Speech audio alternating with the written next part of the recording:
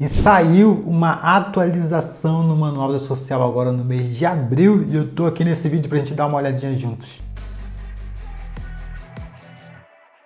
Fala DP Conectado, aqui é o Luciano Pimentel, seja bem-vindo aqui ao canal. E eu tô aqui para deixar você atualizado sempre que sair novidades que são relacionadas ao E-Social. Então aproveita e já verifica se você está inscrito no canal. Se você não está inscrito, a oportunidade agora de se inscrever. Só é clicar aqui no botão de se inscrever e já deixar o seu like. Eu vou compartilhar aqui minha tela e a gente já vai dar uma olhadinha nessa atualização. Vamos lá então, lá no portal do Social, essa atualização ela apareceu aqui, na agenda. Dia 10/4 foi publicado o Manual de Orientação do Social, consolidado até a nota orientativa 1.1, da versão 1.1, número 3 de 2023, tá? Você pode clicar aqui, ele vai te direcionar diretamente para o manual, ou você pode ir aqui nos 3 pontinhos, documentação técnica. Eu gosto de vir bem aqui, pessoal, a nota orientativa, ela tá aqui embaixo, essa nota orientativa, ela foi até retificada. Ela traz ali algumas alterações pontuais no manual, tá bom? Mas eu gosto de olhar o manual aqui, Aqui você vai encontrar um manual com as marcações. Isso é bacana para quem está estudando, já estuda social há muito tempo. Em vez de você ficar procurando o que mudou, você vai exatamente nos pontos que você acredita que vai fazer algum tipo de diferença no dia a dia de você. Você trabalha com um evento específico, opa, peraí, eu uso esse evento aqui com frequência, então eu vou dar uma olhadinha nele. Aqui vocês vão ver, por exemplo, nessa nota orientativa, que tem eventos que estão relacionados ali a órgãos públicos. Então, se você não trabalha com órgãos públicos, você pode pular essa parte. E olhando, por exemplo, aqui tem rubrica, tem 1200, tem o 2200, tem o 2206, eventos aqui relacionados à SST, evento de reintegração, processo trabalhista, totalizadores. Então, aqui nesse controle, nessa nota orientativa, ela traz ali o controle do que foi alterado. Então, nessa nota orientativa, tem como objetivo apresentar os ajustes no MOS na versão 1.1, consolidados até a nota orientativa S1.1, 2 de 2023, publicado no dia 3 de 2 de 2023, certo? Então ele traz aqui essa informação. Então eu gosto de clicar nesse manual aqui que está com as marcações, que é esse manual aqui. Então a gente vai dar uma passada rapidinho, tá? Aqui é pra gente ir olhando. A gente tem que ser muito sistemático e também objetivo. Faz sentido eu vou ler, se não faz sentido eu vou passando, certo? Então bora lá estudar juntos? Então o primeiro ponto que teve alteração aqui foi no capítulo 1, no item 10.1. Aqui só é algumas alterações numa tabela que tem nesse item 10.1 lá do capítulo 1. Então eu vou lá no capítulo 1, procuro o 10.1 e aqui eu procuro essa tabela. É essa tabela aqui que foi atualizada. Na verdade é 10.2.1. Aqui basicamente ele vai estar destacado de verde. Então essa tabela aqui ela traz o quê? Os eventos 2190, 2200 e 2300 podem ser informados para os trabalhadores e estagiários vinculados à categoria conforme indicado nessa tabela. Então essa tabela aqui faz um cruzamento de categoria e esses eventos aqui que são eventos de cadastro inicial ou eventos de admissão, para quais categorias você pode enviar ele, é obrigatório ou é facultativo. Essa aqui é uma tabela bastante interessante. Então aqui teve ali essas alterações aqui, que estão destacadas em verde. Se você for ver aqui, é relacionado a órgãos públicos. Então você já pode ir avançando. Vamos fazer aqui agora, verificar essa redação do evento S1010, item 17.5. Já estou aqui com ele aberto. O 17.5 teve ali uma marcação, mas ela está relacionada a órgãos públicos. Também eu vou pular. Beleza? 1200 evento de remuneração teve uma alteração no conteúdo da tabela 10.2 e a inclusão do item 19.3, tá? Então vamos olhar lá. Se inclusive eu estava dando uma olhada logo há pouco, tem algumas coisas interessantes ali, eu vou ser bem objetivo também. Então teve a alteração na tabela, vamos ver que tabela ele está falando. Tem bastante, teve alteração nessa tabela aqui, vamos lá. 18.2. É uma tabela que trata ali de informações, olha só, no campo, tipo de acordo com a versão, deve ser informado qual foi o fato gerador da remuneração retroativa a competências anteriores, indicando um dos tipos constantes nessa tabela, ou melhor, na tabela adiante. Então esse aqui é o item que fala sobre declaração de valores referente a períodos anteriores, né? Períodos de apuração anteriores. Teve esses itens aí em destaque, acredito que foram incluídos, o G, o H e o I. E aí você, vai verificar quais quais são essas situações, caso você queira se aprofundar. Por exemplo, G, antecipação de diferenças de acordo e conversão coletiva ou dissídio. Deixa eu olhar aqui o manual anterior rapidinho, verificar como é que estava no manual essa informação. Vou pegar o manual aqui da versão simplificada, deixa eu voltar aqui. Histórico da documentação técnica, vamos pegar aqui o manual da versão 1.1 para verificar como é que estava esse texto ali no manual anterior. Tem vários manuais publicados aqui, ó. Vamos pegar esse manual aqui consolidado até janeiro. Vamos ver como é que estava nele. Deixa eu ver mais ou menos aqui qual é a página 131. Já tinha aqui, ó, já tinha o item G e o item H. Antecipação de diferenças de acordo coletivo de trabalho, recolhimento mensal de afetas anteriores sobre a obrigatoriedade dos eventos periódicos. É o que está destacado aqui nesse aqui. O G, o H e o I, certo? E aqui, ó, no item 18.3 ele vai falar quando é que deve utilizar a opção G. E aí você vai, durante aqui dos textos, localizando. Tem também aqui o texto onde fala quando que você vai utilizar a opção H. Aqui cita o tipo H. Ó, a letra H foi criada para preparar o social para receber as remunerações de competências anteriores à obrigatoriedade de transmissão de eventos periódicos com o fim exclusivo de alimentar futuramente o sistema do FGTS digital e permitir a realização de todo o recolhimento de FGTS por um único canal. Não deve ser utilizado até que ocorra essa regulamentação, né? E também tem o I também por aqui. Se você caçar aqui, você vai encontrar o item I também. Você pode até aplicar um filtro aqui. Ó, o item I é o que está aqui no 19.3, que é inclusive o que veio aqui com essa mudança, né? O item I deve ser utilizado para valores de informações devidos decorrentes de decisões judiciais proferidas pela Justiça Comum ou Justiça Federal. Beleza? Continuando. Esse aqui é órgãos públicos, esse aqui é evento de órgãos públicos, esse aqui, o 2190, é o evento preliminar. Bora dar uma olhadinha nele.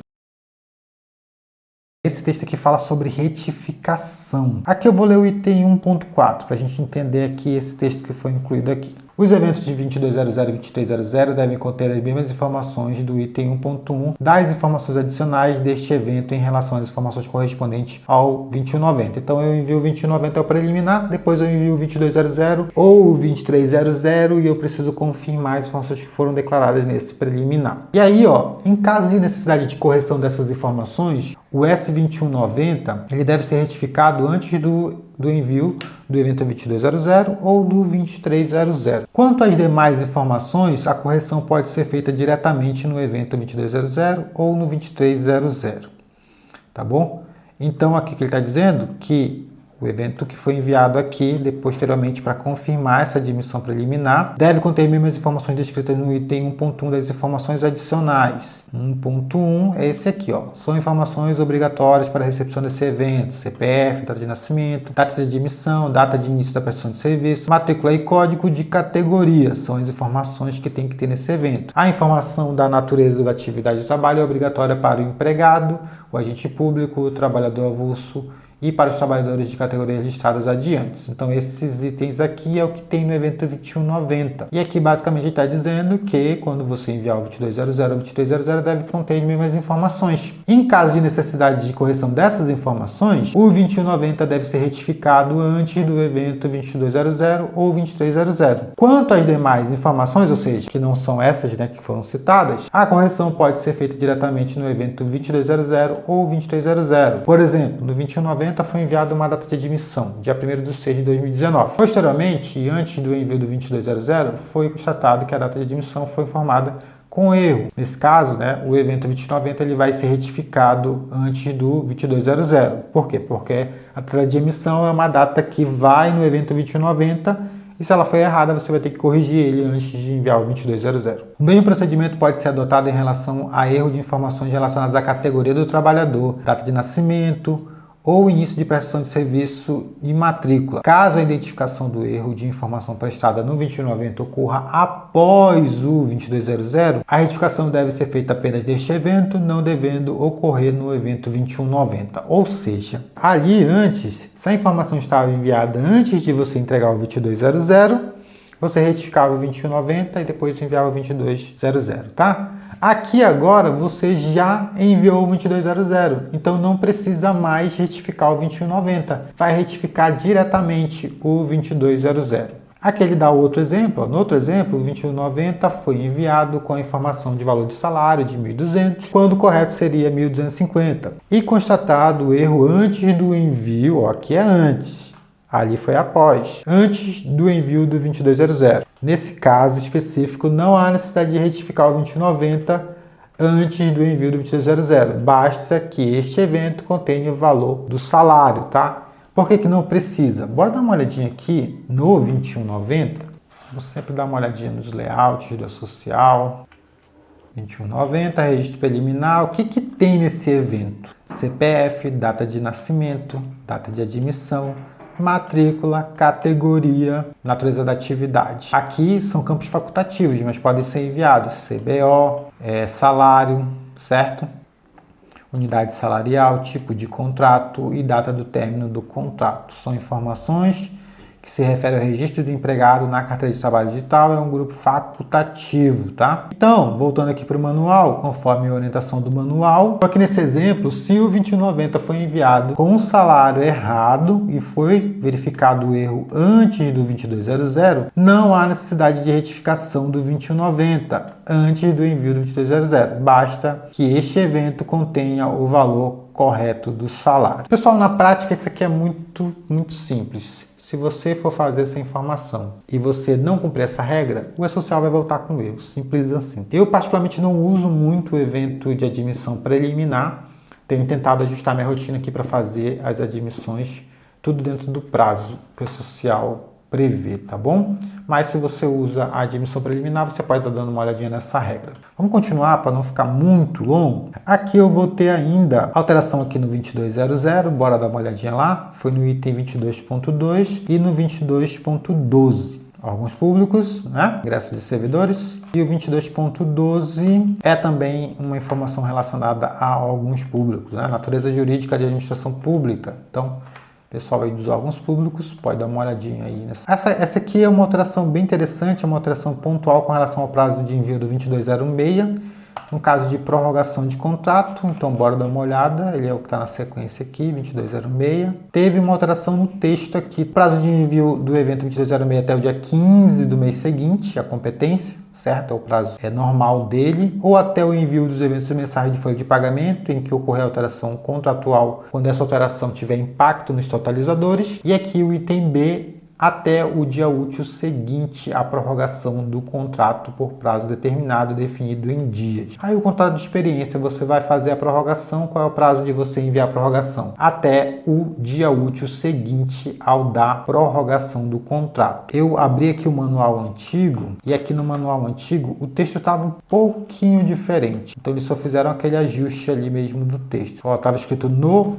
dia útil seguinte e agora está até o dia útil seguinte, tá? Esse é o prazo. Contrato por prazo determinado em dias, aí o contrato de experiência, certo? Outro texto que foi atualizado aqui também ainda no 2206 é com relação ao contrato por prazo determinado, e ele vai falar de novo sobre a prorrogação, que é até o dia seguinte ao término do prazo original. E aqui ele vai dar um exemplo. Se o contrato foi celebrado com data prevista para término no dia 2/3 e nesse dia foi pactuado uma prorrogação, o prazo de envio deste evento é o dia útil seguinte, no caso, dia 3/3 de 2022. Nessa data que deve constar no campo data da alteração. Na prática, no software de folha, quando você promove a alteração, quando você vai salvar, ele te pergunta a partir de quando, né, você quer que seja registrada essa alteração. É essa data aqui que você tem que lançar. Se o contrato foi celebrado com data prevista para término no dia 2/3 e no dia 25/2 foi pactuada uma prorrogação, mesmo assim, o prazo de envio desse evento é até o dia útil seguinte ao do término original do contrato. No caso aqui, vai ser dia 3/3 também. Beleza? A mesma data que deve constar no campo data de alteração. Continuando, teve ainda alteração aqui no 2210, no 2240. Bora dar uma passada lá rapidamente. São alterações bem pontuais. Teve uma inclusão aqui, ó, nos casos de óbito do trabalhador, o campo duração do trabalho deve ser preenchido com valor 0. Lá no 2240, vamos ver qual foi a alteração que teve. No 2240 esse item 14.1, Em caso de admissão por transferência, o sucessor deve enviar o novo evento 2240, que é o evento ali que contém as informações relacionadas ao ambiente de trabalho, fatores de risco, certo? Com a data de início da condição igual à data da transferência, indicando as condições de exposição do trabalhador nesta data. Ressalta-se que o fato do CNPJ sucessor ajustar ou complementar informações não exime a responsabilidade do CNPJ sucedido e sucessor pela ausência / incorreção de informações pretéritas. Então aqui ele está falando sobre a responsabilidade das informações que são declaradas no 2240, seja pelo novo empregador que está recebendo aquele empregado, seja também pelo empregador anterior, caso ele não tenha prestado as informações anteriormente. A responsabilidade aqui, ressalta-se que o fato do CNPJ sucessor ajustar ou complementar as informações não exime a responsabilidade do CNPJ sucedido e sucessor pela ausência de informações, pela ausência / incorreção de informações pretéritas, ou seja, informações passadas que foram declaradas anteriormente. Fala aí das responsabilidades. Aqui eu vou ter um item no 2298. Vamos tentar avançar aqui. Deixa eu ver se eu consigo voltar aqui para ir mais rápido. Evento de integração, reintegração. Eu tenho um textinho ali também no item de órgãos públicos. Beleza. No evento 2300, que é o evento de início ali do trabalhador sem vínculo. Vamos ver, teve uma alteraçãozinha aqui com relação ao que? A quem está obrigado. Então ele dá a lista aqui, né, de quem está obrigado, as categorias ali. E aqui, além dos trabalhadores relacionados acima, o declarante pode cadastrar opcionalmente outros contribuintes individuais. Então esses aqui são os obrigados nessa tabela. E aqui estão os facultativos, opcionais, né? E aqui ele traz as categorias. E aqui foi incluída a categoria 903. Certo? Que é a categoria de bolsistas. Vamos avançar aqui. Agora, processo trabalhista 2500 e 2501. Vamos dar uma olhadinha nesses eventos. 2500 teve uma inclusão aqui. Início da obrigação aqui, tá? Foi feito o ajuste. Estava antes 1º de abril e agora está 1º de julho, quando começa a obrigação de enviar esses eventos. Teve aqui, no caso de responsabilidade subsidiária, o prazo para envio deste evento é até o dia 15 do mês seguinte, a data em que houver a determinação judicial para o cumprimento da decisão pelo responsável indireto. Aqui vai ter um outro campo, deve ser preenchido. Aqui ainda é o grupo de informações adicionais, né? Então aqui no item ponto 10 fala sobre o campo data da sentença, deve ser preenchido com a data do trânsito julgado da decisão líquida proferida na Justiça do Trabalho, ou melhor, proferida no processo do trabalho, da homologação do acordo judicial, do trânsito em julgado da decisão homologatória dos cálculos de liquidação de sentença ou da decisão que determina o cumprimento antecipado de obrigação. Teve esse item aqui também, tá? Que é um item de informações de agentes nocivos. Então deve ser preenchido para cada competência formada neste evento, indicando o código que representa o grau de exposição dos agentes nocivos conforme a tabela. E lá no outro evento, no 2501, foi só uma inclusão de texto ali que teve. Essas inclusões de texto aqui referente a RRA. Vai ter várias vezes falando isso aqui, se tratando de RRA. Por último, nós temos aqui o totalizador. Vamos dar uma olhadinha nesse totalizador aqui, o que teve de novo. Aqui, vamos ver o que teve de novidade aqui. Só essa inclusão aqui, tá? Dessa informação aqui. Alteração no conteúdo da tabela 3.6. Pessoal, foi uma coisa bem rápida mesmo, só para te dar uma passadinha nesses principais pontos. Dessa vez a gente conseguiu olhar quase que todas as atualizações que tiveram ali, coisas bem pontuais. Eu espero que esse conteúdo tenha te ajudado e saindo novidades. Eu venho aqui e faço novos vídeos, tá? Eu quero te incentivar a estudar mais o social, tirar tempo para entender melhor, parte técnica mesmo, às vezes é um pouco maçante, é cansativo, mas isso é que faz a diferença, a total diferença. Aqui basicamente o que eu fiz com vocês foi o mesmo processo que eu faço quando sai uma atualização, de olhar, tentar entender, ler, tentar interpretar. Se tiver dúvida eu pergunto de alguém da social, se é isso mesmo que está ali no texto, tá? Então assim você vai adquirindo conhecimento aos poucos e também vai adquirindo segurança para falar sobre o tema, tá bom? Saindo mais novidades eu volto aqui com novos vídeos, não esquece de se inscrever aqui no canal, ativar a notificação, deixar o seu like, a gente se vê na próxima. Tchau, tchau.